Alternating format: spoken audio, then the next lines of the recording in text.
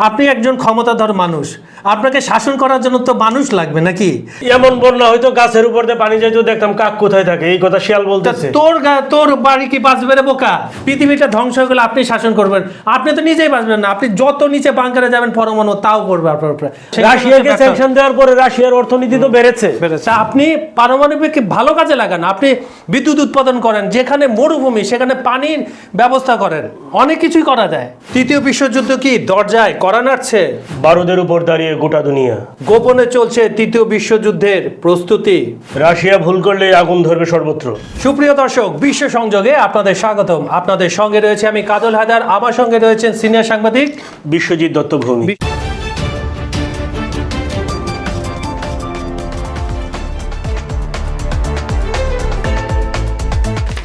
কয়েকটা কমেন্ট পড়ে আবার দর্শকদের অনুরোধে দর্শকদের টপিকে ফিরে যাব।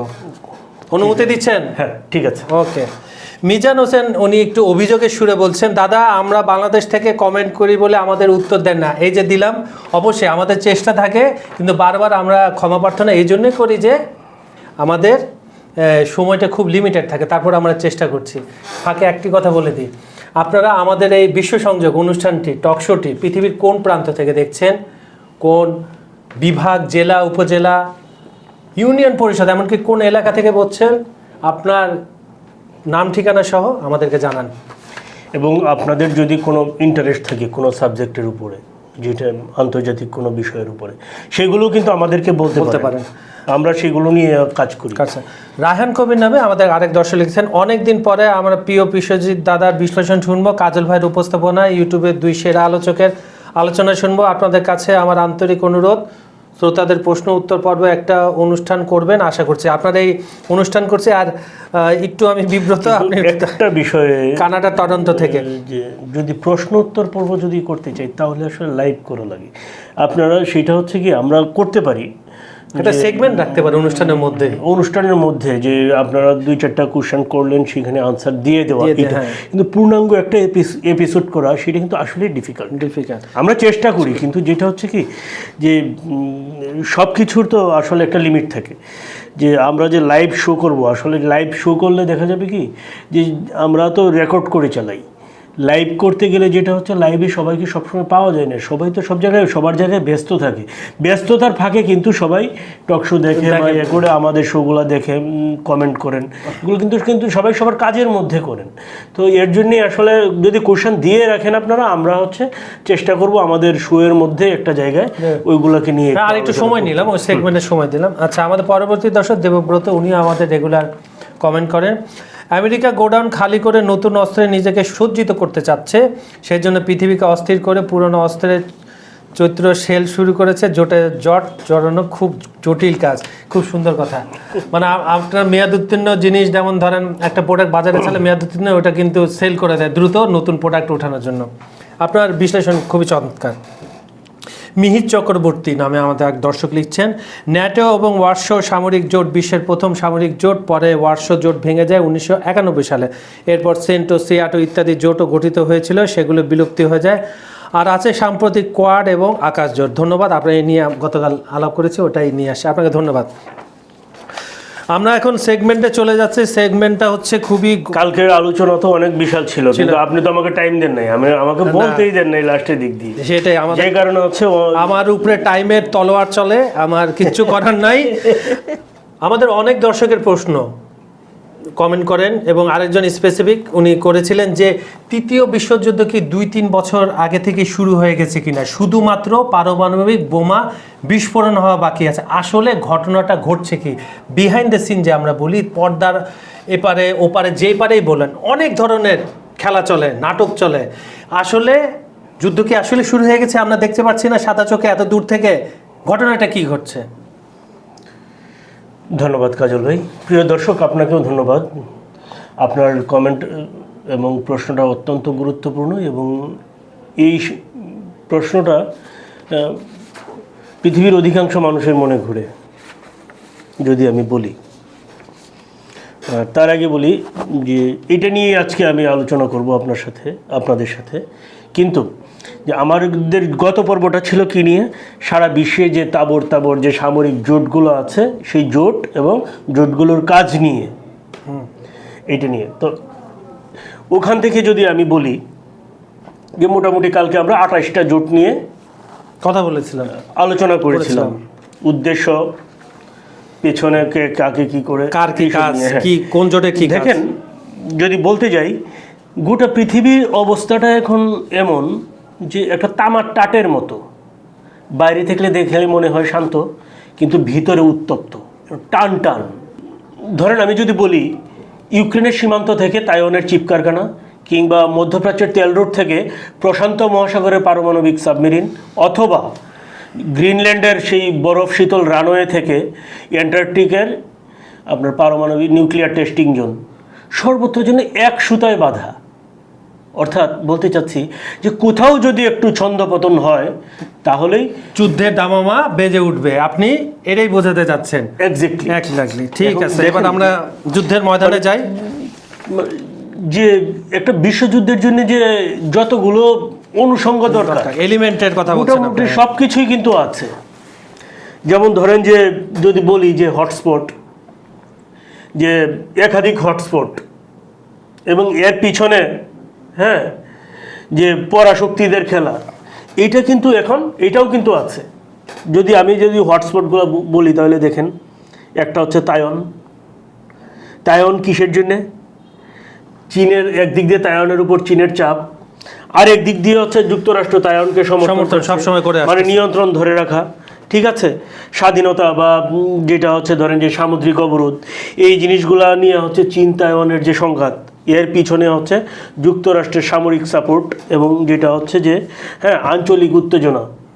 তার মানে চীন যুক্তরাষ্ট্র মুখোমুখি একটা অবস্থান আছে। ইউক্রেন রাশিয়া যুদ্ধ, সেটা তো আপনারা নিজেরাই দেখছেন, সেটা কি পৃথিবীর দুই ভাগ হয়েছে। সেইখানে দেখেন যে যদি বলতে যাই যে নেটো কিন্তু প্রত্যক্ষভাবে ইউক্রেনকে সহযোগিতা নিয়ে দিয়ে যেটা করছে কি পরোক্ষভাবে করছে, এবং যে রাশিয়ার যুদ্ধ বিমানকে পোল্যান্ডের আকাশে নিয়ে যাওয়ার জন্যে $3 মিলিয়ন ঘুষ দিতে চেয়েছিল রাশিয়ার এক পাইলটকে, সেই পাইলট কিন্তু রাজি হয়নি, এবং পশ্চিমা দেশগুলোতে তার এবং তাদের যে পরিবার তাদেরকে নাগরিকত্ব দেওয়ার প্রস্তাব ছিল। উদ্দেশ্য কী ছিল? যে পোল্যান্ডের আকাশসীমায় যখন ঢুকবে তখন সেইটাকে হচ্ছে যে গুলি করে নামাবে, তারপরে নেটো যুদ্ধে সরাসরি জড়াবে। মানে এই কাজটা যদি করতে পারতো তাহলে হচ্ছে যে বিশ্বযুদ্ধ কিন্তু সূত্রপাত হইতো। এর পিছনে জড়িত কি ছিল? রাশিয়া এবং ব্রিটেনের গোয়েন্দা সংস্থারা। সেটা লিক করেছে কে? রাশিয়া নিজেই লিক করেছে, এবং যে পাইলট, সেই পাইলটের যে বক্তব্য, সেই বক্তব্য কিন্তু স্বীকারোক্তি, সেটা প্রচার করেছে। আরেকটা বিষয় যে রাশিয়ার যে S-400 আছে এবং যেগুলো হচ্ছে অ্যাটাকিং হেলিকপ্টার, এই হেলিকপ্টারগুলোর ডাটা চুরি করার জন্যে গুপ্তচর নিয়োগ করেছিল সেন্ট পিটার্সবার্গে পাকিস্তান, এবং কিছু তথ্য পেয়েও ছিল। সেই গুপ্তচরকে অ্যারেস্ট করেছে রাশিয়া, এবং এটা যে পাকিস্তানের ISI করেছে সেটা কিন্তু সেই গুপ্তচর স্বীকার করেছে। সে বলেছে যে সেটা ISI এর সদর দপ্তরের তথ্যগুলো পাঠানোর কথা ছিল। এগুলো তো যুদ্ধের একটা কৌশল একটা, হ্যাঁ। এবং শিগগিরই আছে কি আর কিছুদিন পরই হচ্ছে পাকিস্তানের প্রেসিডেন্ট হচ্ছে রাশিয়া সফরে যাবে। তার আগে এই বিষয় নিয়ে কিন্তু রুশ প্রেসিডেন্ট কোনো কথা বলে নাই, যে কারণে ভারত কিছুটা অস্বস্তিতে। এখন আবার দেখেন ফ্রান্স জাস্ট একদিন আগেই ঘোষণা দিয়েছে কি এখন যুদ্ধক্ষেত্র মাঠে না আকাশে। তার মানেটা কি দাঁড়ায়? যে এখন হচ্ছে যুদ্ধ হবে কিসের জন্য? কিসে আপনার মিসাইলে বা দেখা যাবে কে কার স্যাটেলাইট ধ্বংস করতে, হ্যাঁ, এইসব জিনিসের উপরে, বা দেখা যাবে কে কার স্যাটেলাইট হ্যাক করতে পারে, কিংবা দেখা যাবে যে আপনার ওই যে সাইবার ওয়ার যেটাকে বলে, সাইবার কে কত সাইবার হামলা করতে পারে, এইসব জিনিস। তাহলে কি দাঁড়াবে আসলে? যে দেখেন এখন কিছু দেশ, পশ্চিমা কিছু দেশ বলছে কি চীন এবং ইরান এমন কিছু তৈরি করেছে যারা যে সব অস্ত্র হচ্ছে যে একদম স্যাটেলাইট রিলেটেড, এগুলো হচ্ছে দিনের পর দিন মাসের পর মাস হচ্ছে আকাশে থাকতে পারে, এবং টার্গেটে করে সেটা হচ্ছে সুপারসনিক গতিতে হামলা চালাতে পারে। সেগুলো হচ্ছে পারমাণবিক অস্ত্র। এইগুলো বিশেষ করে হচ্ছে পশ্চিমা দেশগুলোর আশঙ্কা। পশ্চিমারা তো গুজব ছড়ায়, কারণ হচ্ছে গুজব না ছড়ালে তো যুদ্ধ লাগবে না, গুজব ছড়ায়। তো যেমনটা ধরেন যে এই যে পারমাণবিক বিষয়গুলো যদি বলেন যে ইউক্রেন রাশিয়া বা উত্তর কোরিয়া দক্ষিণ কোরিয়া বা ভারত পাকিস্তান, এই যে দ্বন্দ্বগুলো, ভারত পাকিস্তান যুদ্ধ তো কয়েকদিন আগে গেল, সেটা হচ্ছে যে স্বল্প সময়ের কিন্তু ক্ষয়ক্ষতি তো অনেক হয়েছে। মানে যুদ্ধ মানেই তো ক্ষয়ক্ষতি। সেখানে আসলে যুদ্ধ আপনি যার পক্ষেই করেন আর যার বিপক্ষেই করেন, একটা জিনিস কি জানেন, যে শক্তির পক্ষে বলেন আর শক্তির বিপক্ষে বলেন, আপনি যুদ্ধ যাই করেন আর যুদ্ধতে আপনি যাকেই মারেন না কেন, সেটা সন্ত্রাসী হোক আর মানুষ নিরীহ মানুষ হোক, পৃথিবীর ইতিহাস কিন্তু বলবে কি মানুষ মরেছে। আমেরিকা যদি বলে যে অমুক দেশের ট্রানজ্যাকশন বন্ধ করে দাও, সুইফট হচ্ছে তাই করে। এখন দেখেন তো এর বিকল্প ব্যবস্থা তো অলরেডি হচ্ছে। কিভাবে হচ্ছে? হয়তো আন্তর্জাতিক গেটওয়ে তৈরি হচ্ছে না, কিন্তু যে জিনিসটা হচ্ছে সেইটা কি, যে ধরেন বাংলাদেশের সাথে চীন বাণিজ্য করছে, মানে আঞ্চলিক লেনদেনে চীন রাশিয়ার সাথে বাণিজ্য করছে তাদের কারেন্সি দিয়ে, মানে এই ধরনের ভারত রাশিয়ার সাথে বাণিজ্য করছে তাদের মুদ্রা, রুপি আর রুবেলের সাথে। হ্যাঁ, ইরান হচ্ছে রাশিয়ার সাথে বাণিজ্য করছে কিতে, চীনা মুদ্রায়। আবার তুরস্ক হচ্ছে রাশিয়ার সাথে বাণিজ্য করছে রাশিয়ান মুদ্রায়। মানে জিনিসটা কি হচ্ছে, যদি ব্রিক্সের কোনো, আবার দেখেন আমেরিকা হচ্ছে থ্রেট দিয়ে রেখেছে, যদি ব্রিক্স যদি মুদ্রা আনে তাহলে ব্রিক্সভুক্ত দেশগুলোর উপর 100% শুল্ক আরোপ করবে যুক্তরাষ্ট্র। এখন দেখেন অলরেডি ব্রিক্সভুক্ত দেশগুলোর অনেক দেশের শুল্ক কিন্তু প্রায় 100% হয়ে গেছে। ফলে যেটা হচ্ছে ব্রিক্স মুদ্রা চালু করবে, আজ না হোক কাল, কাল না হোক পরশু চালু কিন্তু করবে। আফ্রিকান ইউনিয়ন যদি তারা নিজেদের মুদ্রা বের করে, তখন কি দাঁড়াবে? তখন কি ডলারের আধিপত্য থাকবে? অন্তত ওই অঞ্চলে থাকবে। হ্যাঁ, তারপরও বলা হয় যে ডলার কেন এত, এটা হচ্ছে মুদ্রার সিকিউরিটি। মুদ্রা আপনি যাই করেন না কেন, মুদ্রার সিকিউরিটি যে যত হাই করবে তার অর্থনীতি, তার মুদ্রা হচ্ছে তত স্ট্রং হবে। এইটাই স্বাভাবিক। চীনের মুদ্রা পাওয়ারফুল, এবং চীন মুদ্রার যে অবমাননা সেটা হচ্ছে 9 বার করেছে গত 50 বছরে। তারপরেও এখন চীনের মুদ্রা আর যুক্তরাষ্ট্রের মুদ্রার মান কাছাকাছি, প্রায় কাছাকাছি। কেন 9 বার করেছিল? চীন তার বাণিজ্যিক কারণে, নিজের দেশের স্বার্থে, শিল্পায়নের, নিজেদের শিল্পায়নের স্বার্থে সে তার মুদ্রার অবমাননা ঘটিয়েছে, আমাদের দেশের মতো না। আচ্ছা, আমি তাহলে এতক্ষণে আলোচনা, এখন আমি দেখেন আমি আরো কিছু জায়গায় আসি। এরপরে দেখেন যে জিপিএস ট্র্যাকিং সিস্টেম বা যেটা হচ্ছে যেটা স্যাটেলাইট নির্ভর কাজ করে, যদি এইখানে যদি এইখানে যদি আপনার সাইবার হামলা চালান তাহলে কি দাঁড়াবে? এতক্ষণ তো ব্যাংক, সামরিক নেটওয়ার্ক বা যোগাযোগ ব্যবস্থা বা বিদ্যুৎ কেন্দ্রের যে ব্যবস্থা সেইগুলোতে সামরিক হামলার কথা বলছিলাম। এখন যদি বলি জিপিএস সিস্টেমে যদি হামলা চালায়, যদি স্যাটেলাইট ধ্বংস করে, তাহলে কি দাঁড়াবে? কোন কোন জায়গায় ক্ষতি হবে? মানে আমি এইগুলো তো সম্ভব, অবশ্যই সম্ভব। অসম্ভব বলে কিছু না, হ্যাকিং খুব পাওয়ারফুল। তাহলে কি দাঁড়াবে? তাহলে ক্ষেপণাস্ত্র ট্র্যাকিং সিস্টেম কি হবে? যে কাজ করবে না, যে হচ্ছে হ্যাক করবে তার নিয়ন্ত্রণে চলে যাবে। তাহলে তো কাজ করবে না। না, আপনি আমাকে ধ্বংস করার জন্য স্যাটেলাইট মারবেন, আমার এই স্যাটেলাইট আমি আবার আপনার বুকে মারবো, বা অন্য থার্ড কান্ট্রিকেও মারলাম, এটা আমার ইচ্ছা, আমার হাতে যেমন থাকবে। কারণ হচ্ছে কি, আপনি পণ্য, আমি তো আপনাকে বিশ্বাস করব না, তাহলে আপনি কেন আমার নিরাপদ খাদ্য, আমি আপনাকে নিরাপদ খাদ্যের ঘোষণা দিয়ে পণ্য বিক্রি করলাম, কিন্তু সেই খাদ্য যে নিরাপদ না, সেইটা যে স্লো পয়জন, সেইটা তো আমি আপনাকে বিশ্বাস করাইতে পারবো না। এবং আমি তো এই কাজটা করতেই পারি, কারণ যেহেতু আপনি আমার শত্রু, প্রজন্ম ধ্বংস করার জন্য, রাইট? তাহলে কি দাঁড়াবে? অস্থিরতা সৃষ্টি হবে। যদি অস্থিরতা হয় তাহলে আলটিমেটলি দেখেন কি হবে, তখন তো সংঘাতটা একদম প্রকাশ্যে চলে আসবে, সামনে চলে আসবে। এখন পিছনে ছিল, এখন তখন সামনে দেখা চলে যাবে নেটো যুক্তরাষ্ট্রের সাথে রাশিয়ার সরাসরি সংঘাত শুরু হয়ে যাবে, তাইওয়ানের সাথে চীন, এখানে দেখা যাবে যুক্তরাষ্ট্র ইনভলভ হবে তাইওয়ানের সাথে, তাহলে হচ্ছে কি যুক্তরাষ্ট্রের সাথে দেখেন এদিক দিয়ে চীন ইনভলভ হয়ে যাবে, তাহলে কি হবে যুক্তরাষ্ট্র জোটের সাথে রাশিয়া, যুক্তরাষ্ট্র জোটের সাথে চীন, হ্যাঁ ইরান ইসরায়েল, এইখানে ইরান ব্লকের সাথে রাশিয়া, ইসরায়েল ব্লকের সাথে হচ্ছে যুক্তরাষ্ট্র। তাহলে দেখেন কি দাঁড়ায়, তাহলে কিন্তু সমীকরণ কিন্তু সহজ হয়ে যায়। এখানে আপনি যদি পারমাণবিক অস্ত্র ব্যবহার করেন আর না করেন, যুদ্ধ কিন্তু যে এটা যে ওই কথাই যাচ্ছে WW3, এইখানে কিন্তু কোনো সন্দেহ নাই। কারণ হচ্ছে কি দেখেন, একের পর এক সাইবার স্পেস ধ্বংস করা, সাইবার স্পেস আক্রমণ করা, সরবরাহ চেইনে বিঘ্ন ঘটানো, জ্বালানি, ব্যাংক এবং কি জানি বলে আপনার পরিবহন খাত বা সেবা খাত, এইগুলাকে সাইবার হামলাতে ধ্বংস করা। তো এতে কি হবে? এটা বড় ঝুঁকি না? যে এইখানে দেখেন ছোট দেশগুলা, কালকে যেমনটা বলছিলাম যে জোটের কাজগুলা, এই জোটগুলা দেখা যাবে তখন এক এক জোট হচ্ছে এক এক ব্লকে চলে যাবে। ব্লকে চলে গেলে কি হবে? যে জোটের পরিমাণ বাড়বে, জোটের পরিমাণ যদি বাড়ে তাহলে কি হবে?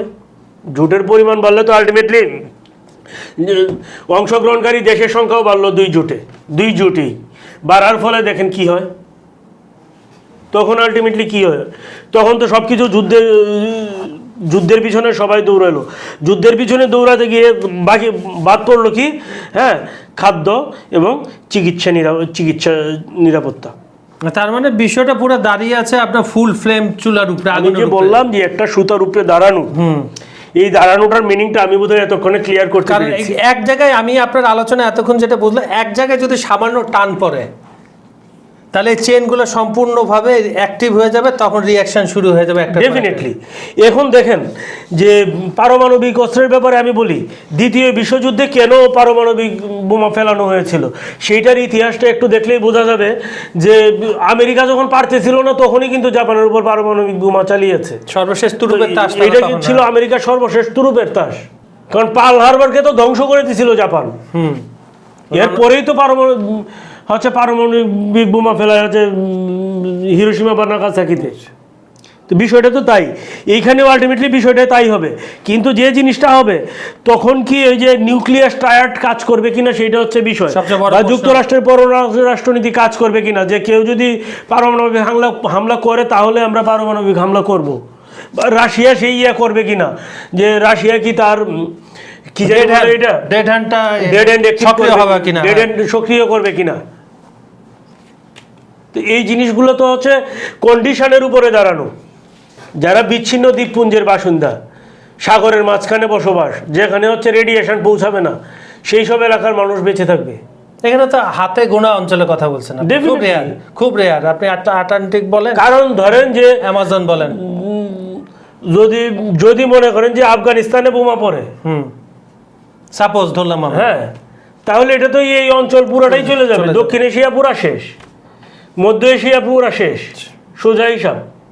সেন্ট মার্টিন রেডিয়েশন তো ছড়াবে, সেন্ট মার্টিন কিছু অংশ, যদি নিকোলা দ্বীপপুঞ্জ, এখন যদি মিয়ানমারে যদি পারমাণবিক বোমা পড়ে তাহলে কি পূর্ব এশিয়া পুরা শেষ। যদি জাপানে পড়ে তাহলে জাপান তো শেষই, আরো কিছু হয়ে যাবে। কারণ হচ্ছে কি, এই দেখেন রেডিয়েশন তো আপনার এইখানে বোমা যখন ফেলবে তখন তো আর একটা ফেলবে না, তখন পরাশক্তিগুলা যার কাছে যা আছে সব একসাথে ছাড়বে, সবাই একসাথে মারলে। কারণ আপনি বসেন আমি মারছি, বিষয়টা এরকম। কারণ হচ্ছে কি, যখন ধ্বংসের পথ তখন হচ্ছে কি একসাথে মারবে, এই কারণেই, হ্যাঁ, যাতে হচ্ছে পরাশক্তি পুরোটা একসাথে ধ্বংস হয়, সোজা হিসাব। আচ্ছা, আপনি অনেক ভয় ধরাইছেন আপনার আজকের পর্বে, কিন্তু আমি যেটা চাচ্ছি সেটা হচ্ছে আপনি একটা প্রতিকার দেন। কি প্রতিকার?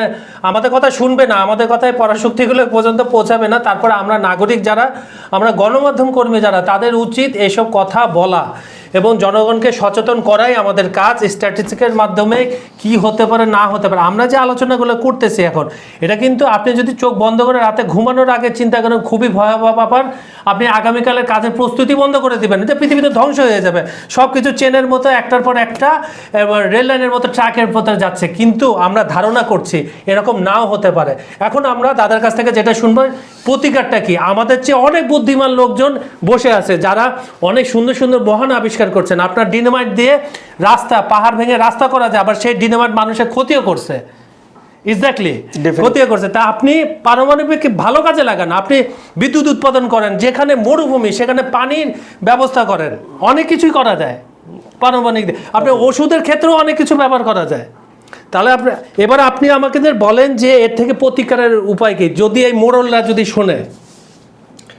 দেখেন, আমি নিতান্তই খুব ক্ষুদ্র মানুষ, আমিও, আমরা গণমাধ্যম কর্মীরা কাজ করার মধ্যে একটা কাজে আমি মনোযোগ দিয়ে করি, সেটা হচ্ছে সাংবাদিকতা। তো যেটা হচ্ছে, যদি বলেন যে এই যে যুদ্ধের ঝুঁকি, আসল বিষয়টা কি আমাদের যদি কমানোর বিষয়টা যদি আপনি বলেন, তাহলে দেখতে হবে যে যুদ্ধের ঝুঁকি কীভাবে কমাতে পারি। যুদ্ধের ঝুঁকি কমানোর সবচেয়ে কার্যকর পন্থা যেটা, সেটা হচ্ছে কূটনীতি। আলোচনার টেবিলের কথা বলছে, আলোচনার টেবিলে ডেফিনেটলি, যে আলোচনার টেবিলে অনেক আগে। এখন যদি দেখেন যে প্রধান যে দেশগুলো আছে, যে পরাশক্তিগুলো আছে, সেইগুলো যদি নিয়মিত আলোচনার টেবিলে বসে এবং নিজেদের অবস্থান স্পষ্ট থাকে করে, তাহলেই হচ্ছে ভুল বোঝাবুঝি কমবে। যদি ভুল বোঝাবুঝি কমে, তাহলেই হচ্ছে যে এই সমস্যাগুলো, যুদ্ধের ঝুঁকি কমবে, যুদ্ধের দামামা কমবে। কিন্তু এর জন্যে চাই যে ধৈর্য এবং কূটনৈতিক পদক্ষেপ জোরালো করা। কিন্তু আমরা যেটা দেখি যে কূটনৈতিক পদক্ষেপের চেয়ে সামরিক পদক্ষেপ জোরালো, এটাই হচ্ছে আমাদের শঙ্কার বিষয়। আপনি যদি ইউক্রেন যুদ্ধে আমাদের দর্শক বলছিলেন যে 3 বছর আগেই শুরু হয়ে গেছে, কিন্তু আপনি এটাকে এই জন্যেই বলতে পারেন না যে ইটসেলফ ইউক্রেন ছাড়া অন্য কোনো দেশ কিন্তু ইউক্রেন যুদ্ধে গুলা ছুড়ে নাই। তারপর দেখেন সরবরাহ চেইনের কথা যদি বলি, যে আমি তো তাই বলছিলাম একটু আগে, রাইট?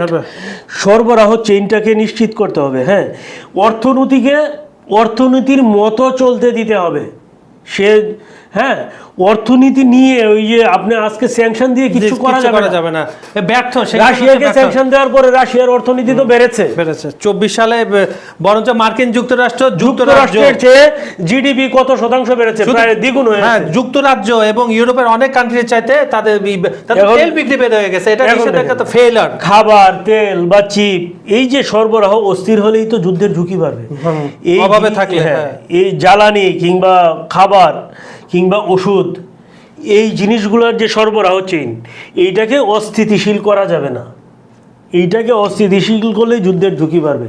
মানে এই লাইনটা আপনি স্বাভাবিক রাখতে বলছেন। এখন দেখেন, সামরিক বাহিনীকে সতর্ক থাকতে হবে, সব দেশের সামরিক সতর্কতা এবং ভুল বার্তা বা ভুল হিসেব কষা, এই জিনিসগুলো থেকে কিন্তু বের হয়ে আসতে হবে। সো এই যে খাদ্য নিরাপত্তা, ওষুধ নিরাপত্তা, জ্বালানি নিরাপত্তা, এই জিনিসগুলো আগে নিশ্চিত করতে হবে। যে মৌলিক 3-4টা জিনিস আছে, একদম সোজা কথা, একদম একদম। আচ্ছা, এখন দেখেন সর্বশেষ আর কি আছে আপনার কাছে বলেন। এখন মূল্যস্ফীতি, বাজারে অস্থিরতা কমানো, হ্যাঁ, এই জিনিসগুলোর প্রতি নজর দিতে হবে। আর আমি যদি সর্বশেষ আমি বলতে চাই যে কূটনীতিক থেকে শুরু করে সরবরাহ চেইন বা সামরিক সতর্কতা, মানবিক প্রস্তুতি, প্রযুক্তিগত প্রতিরোধ, এই সবই একই সূত্রে বাঁধা। হ্যাঁ, একটা ছোট ভুল আপনাকে গোটা পৃথিবী ধ্বংস করে দিতে পারে এখন যে অবস্থায়। আপনার এই কথা দিয়ে আমরা শেষ করতে চাই আজকের অনুষ্ঠান। ধ্বংস নয়, আমরা আরও উন্নত আবিষ্কার চাই। ধ্বংস নয়, আমরা পৃথিবীকে আরো সুন্দর করে সাজাতে চাই। আমাদের মানুষের কল্যাণে পৃথিবী এগিয়ে যাক, সেই জিনিসটাই চাই, কোনো ধ্বংস নয়। এবং বড় বড় যারা আপনি দেখবেন, আপনি সার্চ করবেন, প্রিয় দর্শক আপনার কাছে অনুরোধ, বড় বড় যারা আপনি বিল গেটস বলেন, ধনী, তারা কিন্তু এই ক্যান্সার নিরাময়, তারপরে বিভিন্ন ফাউন্ডেশনের জন্য অর্থ ব্যয় করে। তারা কিন্তু যুদ্ধের জন্য করে না, যুদ্ধের জন্য করে প্রভাবশালী ব্যবসায়ীরা। সব ব্যবসায়ীদের আমরা দোষারোপ করব না, ব্যবসা করার জন্য। তা আমরা আজকের এই পর্বটা শুধুমাত্র আমরা প্রতিদিন প্রতিদিনই দর্শকদের জন্যই অনুষ্ঠান বানায়, কিন্তু আমাদের বেশিরভাগ দর্শক এবং স্পেসিফিক 2-1 দর্শক এই তৃতীয় বিশ্বযুদ্ধের দামামা বলে যে শব্দটা 2-3 বছর আগে থেকে, বিশেষ করে ইউক্রেন রাশিয়া যুদ্ধ থেকে শুরু হয়ে গেছিলো, সেটা নিয়ে জানতে চেয়েছিলেন। আমাদের পক্ষে, দাদার পক্ষে যতটুকু বলার অ্যানালাইসিস করে দিয়েছে। এটা বলার আরও ফিল জায়গা ছিল, কিন্তু আমি তাকে থামিয়েছি বাধ্য হয়, কারণ আমাদের আরও অনুষ্ঠান করতে হয়। আর আমাদের এই অনুষ্ঠানটা যদি আপনাদের ভালো লাগে, ভিডিওগুলো ভালো লাগে, লাইক, কমেন্ট আর শেয়ার করবেন। এভাবে আমাদেরকে এখানে কিছু জানতে চাইলে আমাদের কমেন্টে লিখুন। আপনারা পৃথিবীর কোন প্রান্ত থেকে দেখছেন, পৃথিবীর যে কোনো প্রান্ত থেকে হোক দেখেন, আমাদেরকে আপনাদের নাম ঠিকানা পাঠান। আমরা এটা ভবিষ্যতে এটা নিয়ে কিছু একটা করার, যেমন একজন দর্শক বলেছেন লাইভ করার জন্য, লাইভ করা আসলে অসম্ভব। আমরা যেটা করতে পারি, যেটা সেগমেন্টটা বাড়িয়ে দিতে পারে, সেগমেন্টে বাড়িয়ে আপনাদের কোয়েশ্চেনগুলো উত্তর দাদা বা অন্য কোনো গেস্ট থাকলেও ওনাদের দিয়ে আমরা উত্তরটা দেওয়াবো। তা আপনারা সবাই ভালো থাকবেন, সুস্থ থাকবেন এবং নিরাপদে থাকবেন এবং বিশ্ববাসী। এবং আমার একটা কথা মাথায় ঢুকে না, একদম সিম্পল, আমি অনুষ্ঠানের মাঝেই বলছি, আপনি একজন ক্ষমতাধর মানুষ, আপনাকে শাসন করার জন্য তো মানুষ লাগবে নাকি? আপনি যখন উত্তেজিত, পুরো পৃথিবীটা ধ্বংসের দরকার, আপনি কাকে নিয়ে শাসন করবেন? আপনি থাকবেন কিনা সেটাই তো কথা। আপনি কাকে নিয়ে এই পাওয়ারটা দেখাবেন যে আমার কাছে এই আছে সেই আছে? এই ধারণাটুকু শুনেন, আমাদের গ্রামে একটা কথা প্রচলন আছে, এই কথাটা আমরা শেষ করতে চাচ্ছি। মানে এমন বন্যা হয়তো গাছের উপর দিয়ে পানি যাইতো, দেখতাম কাক কোথায় থাকে, এই কথা শিয়াল বলতেছে। তোর বাড়ি কি বাঁচবে রে বোকা? এই প্রশ্ন আমি বলতেছে যে এমন বন্যা হয়তো যে গাছের উপর দিয়ে পানি যাইতো, দেখতাম কাক কোথায় থাকে। কাক কোথায় থাকে? শিয়াল কোথায় থাকবে? শিয়াল কোথায় থাকবে? এইটাই হচ্ছে আমাদের অবস্থা। পৃথিবীটা ধ্বংস হয়ে গেলে আপনি শাসন করবেন, আপনি তো নিজেই বাঁচবেন না। আপনি যত নিচে বাংকারে যাবেন পরমাণু তাও পড়বে আপনার উপরে। আমরা সেটা চাই না। আমরা সুন্দর একটা পৃথিবী দেখতে চাই। ইউক্রেন যে ধ্বংস হচ্ছে, ইউক্রেন দেশটা কি সুন্দর ছিল, আমরা সেই অবস্থায় ফিরে যাই। আর কোনো পৃথিবীর কোনো দেশ, ইউক্রেন বা মধ্যপ্রাচ্যের কোনো দেশ আমরা হতে দিতে চাই না। সুপ্রিয় দর্শক, ধন্যবাদ সবাইকে।